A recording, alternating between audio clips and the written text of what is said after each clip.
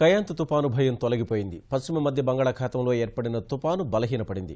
ప్రస్తుత పరిస్థితిపై విశాఖ తుపాను హెచ్చరికల కేంద్రం అధికారి శాస్త్రితో మా ప్రతినిధి ముఖాముఖి. పశ్చిమ మధ్య బంగాళాఖాతంలో కయాంత్ తుఫాను బలహీనపడింది. ప్రస్తుతం ఇది తీవ్ర వాయుగుండంగా కొనసాగుతోంది. దీని ప్రభావం రాష్ట్రంపై ఏ విధంగా ఉండబోతోంది, ఇది ఎక్కడ కేంద్రీకృతమై ఉందన్న వివరాలు విశాఖ తుఫాను హెచ్చరికల కేంద్రం అధికారి శాస్త్రి గారిని అడిగి తెలుసుకుందాం. సార్, ఈ తుఫాను బలహీనపడింది, ప్రస్తుతం తీవ్ర వాయుగుండంగా కొనసాగుతుందని చెప్తున్నారు. ప్రస్తుతం ఇది ఎక్కడ ఉంది, దీని ప్రభావం ఎలా ఉండబోతోంది? ఇది ప్రస్తుతం తీవ్ర వాయుగుండంగానే ఈరోజు ఉదయానికి విశాఖపట్నానికి 320 కిలోమీటర్ల దూరంలో ఆగ్నేయ దిశగా కేంద్రీకృతమై ఉందండి. ఇది క్రమక్రమంగా కదులుతోంది. కానీ ప్రస్తుతం ఉన్న పరిస్థితుల్లో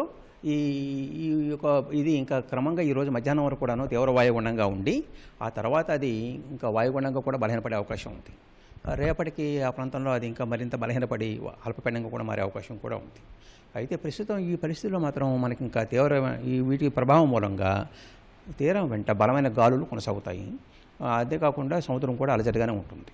కాబట్టి మత్స్యకారులకి హెచ్చరిక కొనసాగుతుంది ఈరోజు రేపటికి కూడాను. అలాగే పోర్టులో వార్నింగ్స్ 2వ నెంబర్ నుంచి 1వ నెంబర్ మార్చే అవకాశం కూడా బాగా ఉంది ప్రస్తుతానికి. ఇంకోటి ఏంటంటే ప్రస్తుతం ఈ యొక్క పరిస్థితి రేపటిదాకా కొనసాగే అవకాశం ఉన్నప్పుడు తీరం దగ్గర కొన్ని దక్షిణ కోస్తా కానీ లేదా కొన్ని ఉత్తర ప్రాంతాలు కానీ కొన్ని చోట్ల కానివ్వండి మనకి కొన్ని చోట్ల వర్షాలు పడే అవకాశం ఉంటుంది. ప్రజలు కూడా పెద్దగా ఆందోళన చెందాల్సిన అవసరం లేదని, భారీ వర్ష సూచన కూడా ఇవ్వడం లేదని అధికారులు స్పష్టం చేస్తున్నారు. కెమెరామెన్ చిన్నారెడ్డితో అనిల్, ఈటీవీ న్యూస్, విశాఖపట్నం.